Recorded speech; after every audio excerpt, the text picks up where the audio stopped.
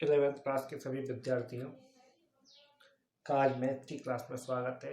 हमने समांतर श्रेणी के बारे में पढ़ रहे थे। आज उसका कॉन्सेप्ट समांतर श्रेणी एपी की सारे कॉन्सेप्ट को क्लियर कर देंगे।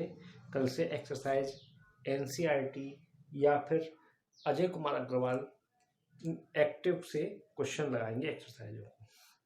ठीक है, आज एक्सरसाइज का पूरा कॉन्सेप्ट क्लियर हो जाएगा एपी का। देखिए, अब उस दिन हमने करा दिया था समान योगफल निकालने के लिए सूत्र निकाला था और कई फॉर्मूले निकाले थे और कुछ एग्जाम्पल बताए गए थे। आज हम क्या करेंगे, समांतर माध्य बताएंगे। पहले समांतर माध्य क्या होता है ये देखना है। ठीक है समांतर माध्य, समांतर माध्य क्या होगा ये देखना है हमें। देखो, माना कोई भी संख्या, तीन संख्या लेते हैं। माना संख्या ए, बी और सी। हमने क्या किया, तीन संख्या ली हमने। माना ए बी सी तीन समांतर श्रेणी में है। ठीक है ना, तीन समांतर श्रेणी में है। तो अब हमें क्या करना है, इसमें से हमें पता है कि पहले पद, दूसरे पद से पहला पद घटाना है और दूसरे पद से तीसरा पद दूसरा पद घटाना है। तो हमें क्या बन जाएगा, माध्य निकल आएगा। तो देखो, इसमें क्या आएगा, T2 minus T1 is equal to T3 minus T2। ये वैल्यू निकल के आएगी। तो अब हम क्या करें, इसमें से देखो T1 T2 T3, तो B minus A equal to C minus B. अब B वाले को इधर ले आओ, B माइनस में तो इधर प्लस में, B equal to A plus में पहुंच गया C।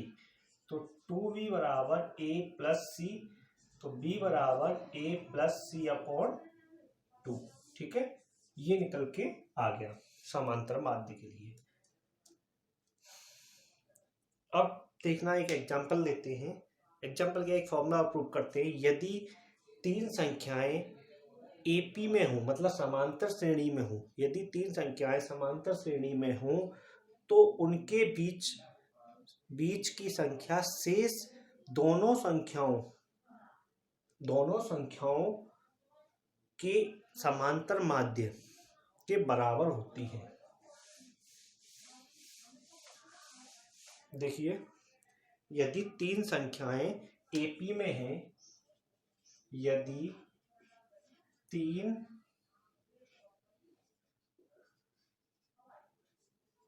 संख्याएं एपी में है तो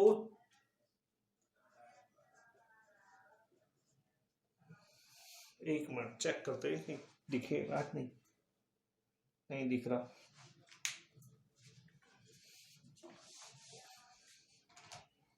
थोड़ा सा देख लेते हैं, यहाँ से दिख रहा है नहीं दिख रहा है।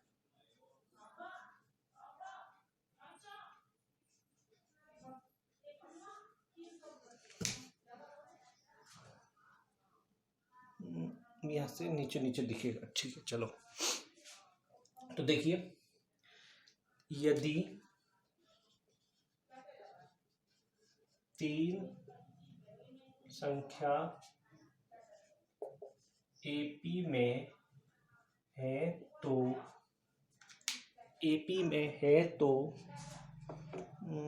दिख रहा है। चलिए देखिए, कुछ ये है, इसका कॉन्सेप्ट है। यदि तीन संख्या एपी में तो बीच की संख्याएं शेष दोनों संख्याओं के एपी माध्य के बराबर हैं। तो अब जब हम इसे सॉल्व करेंगे तो यहाँ लिखेंगे, माना प्रथम पद ए, दो संख्या मानेंगे। माना ए और बी दो संख्याएं हैं। माना ए और बी दो संख्या है। ठीक है ना, दो संख्या है तो उनके बीच में हमें क्या करना है, शेष माध्य पद बताने, माध्य पद के बराबर बताना शेष दो संख्याओं के बीच शेष वैल्यू बतानी है कितनी हो जाएगी। देखो a 2 है, a, इसके बाद में a1 a2 a3 dot dot an b, ये हो जाएंगी। ठीक है ना। इसमें क्या करना है अब हमें, प्रथम पद a, अंतिम पद b। ठीक है, प्रथम पद a हो जाएगा, अंतिम पद b हो गया। और पदों की संख्या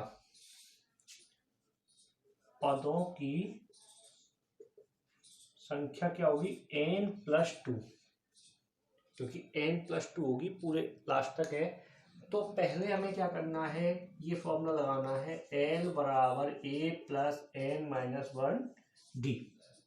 क्लियर। देखो अंतिम पद क्या है, b, प्रथम पद a है, प्लस n पदों की संख्या n+2 - 1d। a को इधर ले आओ, b - a n+1d, यहाँ से d की वैल्यू फाइंड कर लो, d बराबर b - a n+1, ये d निकल के आ गई। ठीक है ना। इसी प्रकार d निकल के आ गई, a तो है ही है, a1 निकालेंगे तो a+d, a1 निकालेंगे तो a+d, तो a+d होगी, तो a1 = a + b - a n+1, ये हो जाएगा। ठीक है, इसका एलसीएम ले लेंगे, ऐसे कर देंगे। अब a2 निकालेंगे, a+2d, तो यहां बन जाएगा a + 2 b - a n+1, LCM ले सकते हैं इसका हम। ठीक है, तो a3 a+3d a+3 b - a n+1, और डॉट डॉट n टर्म तक निकालना है, a + nd, तो यहाँ आ जाएगा a + n b - a n+1, इसका एलसीएम लेना, क्वेश्चन सॉल्व हो जाएगा। ये आपका कॉन्सेप्ट था इस टॉपिक का। देखिए एक एग्जांपल लेते हैं, 3 और 19 के मध्य ठीक है, 3 और 19 के मध्य 3 एपी माध्य ज्ञात कीजिए। तो यहाँ है 3 और 19 के बीच 3 एपी मतलब समांतर माध्य, एपी माध्य ज्ञात कीजिए। ठीक है, इनके बीच हम 3 समांतर माध्य ज्ञात करने हैं। तो देखिए समांतर माध्य क्या होगा, एक मिनट मार्कर चेंज कर लें। तो इसमें क्या होगा, देखो माना 3 समांतर माध्य देखने हैं हमें, तो माना और सीधा लिख दो 3 समांतर माध्य मानो, या तो माना 3 समांतर माध्य a1 a2 व a3 है। ठीक है ना, एपी माध्य। तो अब क्या बन जाएगा, 3a1 a2 a3 कॉमा लगा दो 19। क्लियर, यहां तक बात क्लियर है। अब देखना क्या है हमें, प्रथम पद क्या है, इसमें 3 है, और अंतिम पद क्या है, 19 है। ठीक है ना, प्रथम पद a है, अंतिम पद 19 है। अब बात करते हैं कि n कितना आएगा, यही तो है। अब टर्म गिन लो इसके, कितने पद है, 1 2 3 4 5, तो n = कितना हुआ, 5।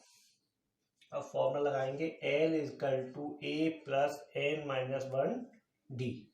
l कितना है, 19, 3 5 - 1d।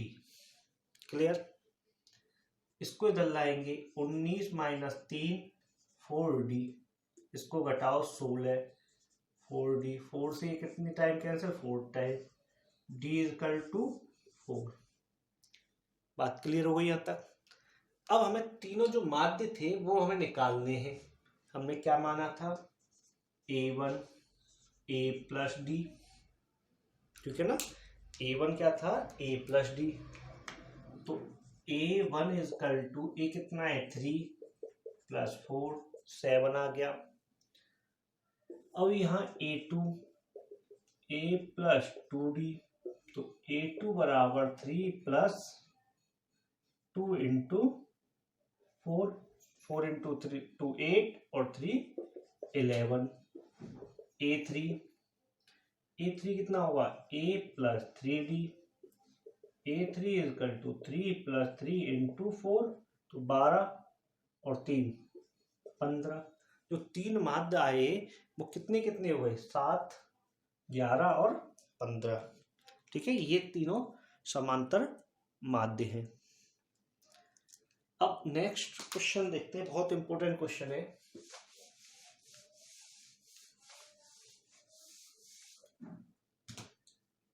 देखिए नेक्स्ट क्वेश्चन क्या है, यदि ए और बी का एपी माध्य, यदि ए और बी का एपी माध्य मतलब समांतर माध्य, एपी का मतलब समांतर माध्य, ए की पावर n प्लस 1, बी की पावर n प्लस 1, ए की पावर n प्लस बी की पावर n, ठीक है ना, हो तो n का मान ज्ञात कीजिए, हो तो n का मान ज्ञात कीजिए। अब सबसे पहले हमें देखना है एपी माध्य क्या होता है। ए प्लस बी, दो टर्म को जोड़ के 2 से भाग दिया था, ठीक है ना, ए प्लस सी अपॉन 2। तो पहले एपी माध्य को क्या हो जाएगा इसका, देखिए यहाँ एपी माध्य क्या होगा, तो देखो एपी माध्य कितना हो जाएगा, ए प्लस बी अपॉन 2। तो इसका एपी माध्य ये दिया हुआ है, तो इसको हम यहां रख देंगे, ए की पावर n प्लस 1, बी की पावर n प्लस 1, बहुत आराम से समझना, ए की पावर n, बी की power n equal to A plus B upon 2। अब हमें क्या करना है, इसका क्रॉस मल्टीप्लाई करना है, तो देखो 2 ए की power n plus 1 plus 2b n plus 1, अब यहाँ a का a के साथ मल्टीप्लाई, प्लस a b की power n plus b a की power n plus b b की पावर n। क्लियर, 2a की पावर n प्लस 1, 2b की पावर n प्लस 1, यहाँ पावर 1 है और 1 n है, तो मल्टीप्लाई में क्या होंगी, पावर जुड़ जाएंगी, तो a की power n plus 1 plus a b की power n plus b a की पावर n प्लस b की power n plus 1।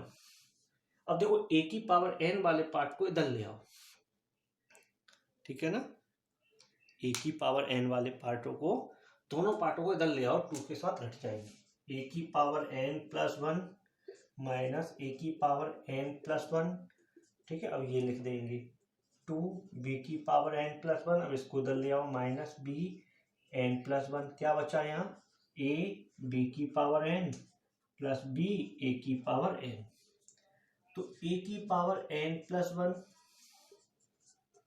Plus b की power n plus 1 equal to a b की पावर n b a की power n। यहां तक बात clear. तो अब हमें क्या करना है, थोड़ा सा यहाँ दिमाग लगाओ कि इसमें से कॉमन क्या लिया जाए, ठीक है, तो कॉमन क्या लिया जाए, तो कॉमन लेने से पहले एक काम करते, ए वाले टर्म को एक साइड कर दो, बी वाले टर्म को एक साइड कर लो, तो देखो ए की power n plus 1 minus B A की power n equal to A की बी की पावर n माइनस बी की पावर n प्लस 1।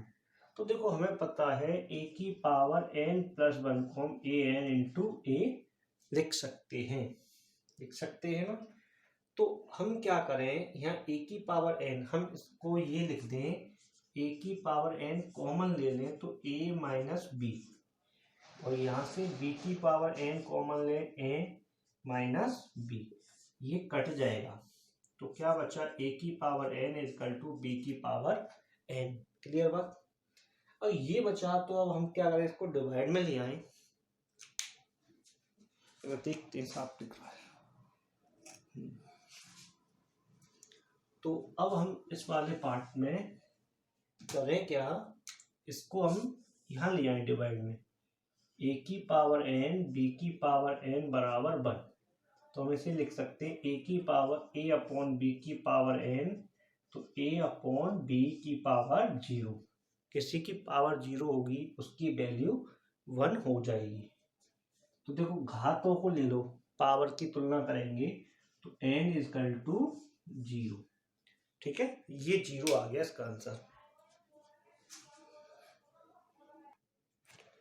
ठीक है बच्चों, तो ये आपके एपी के सारे कॉन्सेप्ट हमने क्लियर करा दिए गए हैं, ये सारे माध्य तक। अब गुरुत्व श्रेणी के कॉन्सेप्ट तब क्लियर कराएंगे, पहले हम क्या करेंगे कि इसकी एक्सरसाइज एनसीईआरटी या अजय कुमार अग्रवाल से एक्सरसाइज के क्वेश्चन सॉल्व कराएंगे। उसके बाद फिर जीपी के कॉन्सेप्ट को क्लियर कराएंगे, फिर क्वेश्चंस कराएंगे।